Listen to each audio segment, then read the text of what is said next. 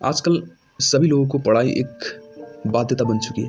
वो समझते हैं पढ़ाई नहीं करने से कुछ नहीं होगा। नहीं, पढ़ाई तो करना चाहिए इंसान को वृत्ति विकास के लिए।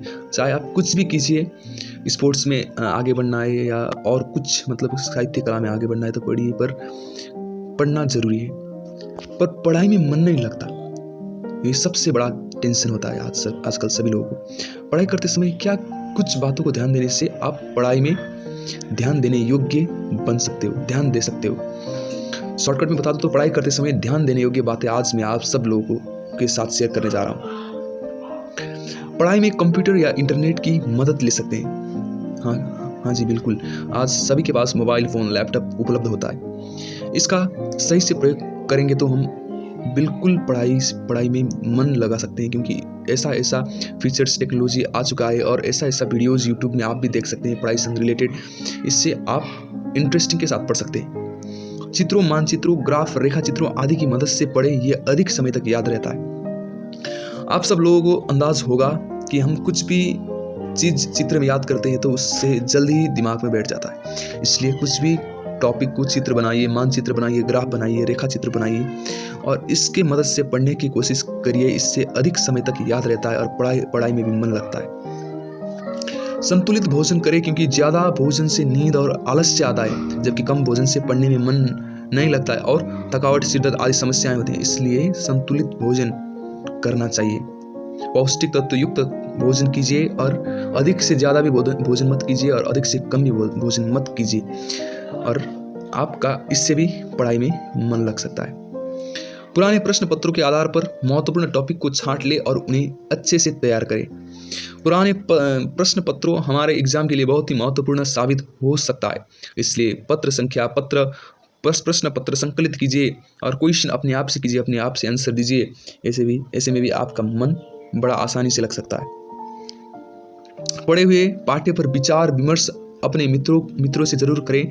ग्रुप डिस्कशन पढ़ाई में लाभदायक होता है, इसलिए ग्रुप डिस्कशन को अधिक प्रायोरिटी दीजिए। शॉर्ट नोट्स जरूर बनाएं ताकि वो परीक्षा के समय काम आए। हाँ जी, जो बात पढ़ाई समय आपका दिमाग में आता है उसका शॉर्ट नोट्स बनाइए। इससे आपका परीक्षा के समय में एकदम महत्वपूर्ण फायदा मिल सकता है। रटने की प्रवृत्ति से बचे। आजकल के बच्चे मतलब याद नहीं, जो कुछ समझ नहीं आता वो रट लेते हैं, पर ऐसा मत कीजिए। जो भी पढ़े उस पर विचार मंथन जरूर करें, और विचार मंथन करके पढ़ने वाले छात्रों को अधिक याद होता है। कोई भी पाठ्यक्रम से 3-4 बार जरूर पढ़े, एक बार से कुछ भी याद नहीं होता। इसलिए आपको कुछ भी मतलब जो कुछ आप पढ़ते हैं उसको 1-2 बार, कम से कम 3 बार तो जरूर पढ़िए। पढ़े हुए पाठ्य को लिखते भी जाएं, इससे आपकी एकाग्रता भी बनी रहेगी और भविष्य के लिए नोट्स भी बन जाएंगे। शॉर्ट नोट्स तो ज़रूर बनाना चाहिए, मैंने पहले भी कहा था, पर जो कुछ आप पढ़ते हो उसको लिखते हुए पढ़िए। इससे मन भी एकाग्रता हो जाएगा और आपका नोट्स भी तैयार हो जाएगा। पढ़ाई के समय मोबाइल स्विच ऑफ करें या साइलेंट मोड पर रखें। मोबाइल का बहुत ही इंपॉर्टेंट होता है, मैंने आगे भी बताया, पर मोबाइल जब ज़रूरी नहीं उस समय आप स्विच ऑफ कर सकते हैं और साइलेंट में रख सकते हैं और वाइब्रेशन में रख सकते हैं, क्योंकि मोबाइल बहुत डिस्टर्ब कर सकता है पढ़ाई में, क्योंकि दोस्तों को फ़ोन आता है, विभिन्न मतलब नोटिफिकेशन आता है अभी तो मोबाइल में। इससे आपका पढ़ाई में दिक्कत हो सकता है। इसलिए मोबाइल को स्विच ऑफ कीजिए और साइलेंट और वाइब्रेट मोड में रखिए। पढ़ते समय टेलीविज़न ना चलाएं और रेडियो या गाना भी बंद रखें। कोई लोग मतलब पढ़ते समय टेलीविज़न देखते हुए पढ़ते हैं, गाना चलाते हुए, रेडियो बजाते हुए। ऐसे मत कीजिए। मतलब मैथ प्रैक्टिस कर रहे हैं तो हाँ जी, मतलब कम साउंड में आप लोग सुन सकते हैं गाने, पर अधिक गाना भी आपको इरिटेशन कर सकता है, और इसलिए पढ़ते समय अधिकतर लोग मतलब टेलीविज़न नहीं चलाते, रेडियो नहीं चलाते, बंद रखते हैं।